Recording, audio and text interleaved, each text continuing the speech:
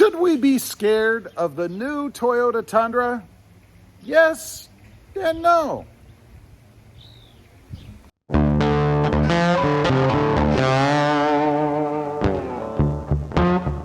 Well, good afternoon, everybody, and welcome back to RamBox FST. So the big question is, should we be scared of the new Toyota Tundra? And I gotta say, when I think about it, there's no clear-cut answer. It's kind of a yes and a no.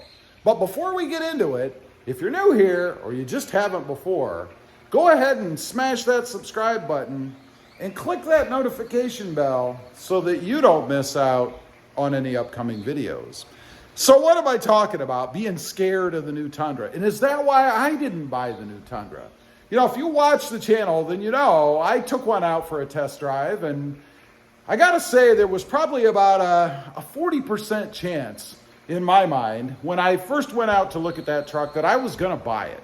You know, I did think that it would be potentially good for the channel, and I thought, you know, I've got to do this, maybe, just because I'm curious to see what it's like. So I went out to drive it, and the first thing that turned me off about it was the price.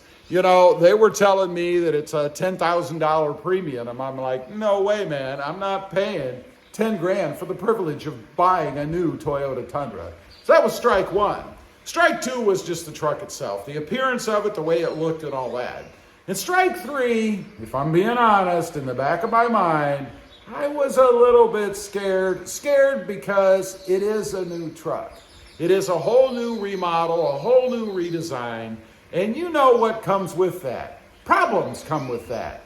And we're certainly seeing that in the new Tundra. There have been, it seems like, daily reports of problems with the truck. Little things and bigger things. But things that you don't necessarily want to mess with, right? I mean, I don't want to be stranded somewhere. And that's one of my biggest fears, I guess, with buying anything that's brand new like that, is that I take it on some kind of a trip. Doesn't have to be far, you know, an hour, a couple hours away from home, whatever, and then something happened that I'm stranded, that I'm stuck. You never want that to happen anyway, particularly if you're out in the middle of nowhere on a freeway somewhere. You don't want to have to worry about that. The other is spending time at the dealership. And this is where the yes and no part comes in. You know, even if you have the new truck under warranty, which you should, I mean, unless you're driving tens of thousands of miles a week, you're going to have some period of warranty on that truck. That means that you're going to be able to take it in and Toyota is going to cover it. And I do have faith in Toyota. They have proven to be a good company. They take care of the problems, but the issue is availability of parts. I've heard a lot of reports about people taking their truck in, even to have the simplest things repaired, and Toyota can't get the parts for them. So it's weeks, maybe a month or two, that you're without your truck. You're still making payments on it. You're still paying for insurance, but you can't use it. And if you have it for, say, a business, or maybe you just haul a lot of stuff around or whatever, you're out. You can't use it. That I don't like. So that's a big thing to be fearful of. If anything, I guess, with the new redesigned Tundra, it should be the fear of having something wrong with it and not being able to get it fixed. Now, let me clarify. It doesn't mean that Toyota is not going to fix it. Of course they are. But you have to go through the hassle of screwing around with it maybe more than once. As I mentioned, there have been multiple things reported that are wrong with the truck, from the mundane to the important. Either way, you're still going to spend time in the shop, and that's not something that I want to deal with. So where the yes and no part comes into this, yes, you should be scared because of the unknown, because it's a new model. Everything is put together, and I'm not saying they redesigned every part of the truck. I'm sure they didn't.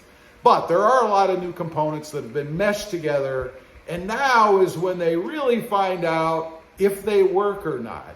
You know, it's always funny. People comment about the engineers. You know, they have these brilliant engineers that come up with all these things. I've worked with engineers in the past, and I've got to say, while things sometimes look good on paper, when you put them into practice, they don't always work out. Whether it's the meshing of the parts themselves, or whether it's the installation of them by the humans or the machines putting them together. You know, a part on a piece of paper might be phenomenal until you combine it with something else. And that, I think, is what we're seeing a little bit with the new Tundra. Some of these things just don't work well together. You know, the wastegate thing with the turbo problem. You know, turbos have been around for a while, but the system they put in seems to be a little bit off in some trucks. It doesn't appear to be a widespread problem yet, but who knows? The other part of that is the unknown. You know, until you get out a few years, if you're a person that keeps these trucks for the long haul, unlike me, then you won't know until a few years from now, probably when the truck is out of warranty. Now it's going to be your bill. What's really going to happen with the truck? And you can't know. You can only go on blind faith that Toyota knows what they're doing and that they are going to have a product that is going to work well in the long run, because it hasn't been out for the long run. We don't know, and we won't know for 2 or 3 years probably, maybe longer, as to how these trucks are really going to do. Now, the no part, no, you shouldn't be scared, goes back to the warranty and Toyota's reputation. You do have warranty, 3 years, 36,000 miles. Most times, anything that's going to happen with the truck is going to be within that time period anyway. So you can probably rest assured that if it hasn't happened in the first 3 years, 36,000 miles, that it's not going to happen.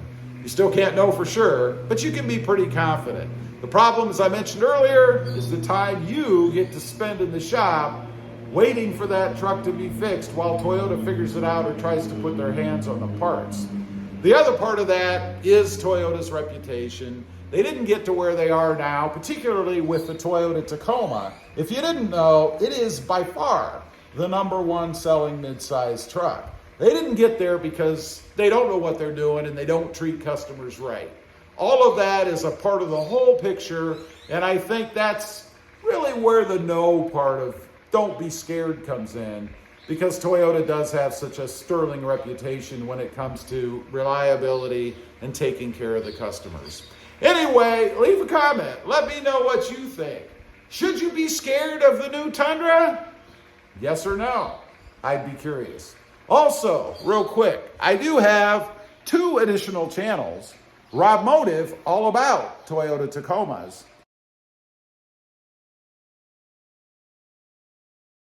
And Rob Motive JT, about the Jeep Gladiator with a little bit of Jeep Wrangler thrown in.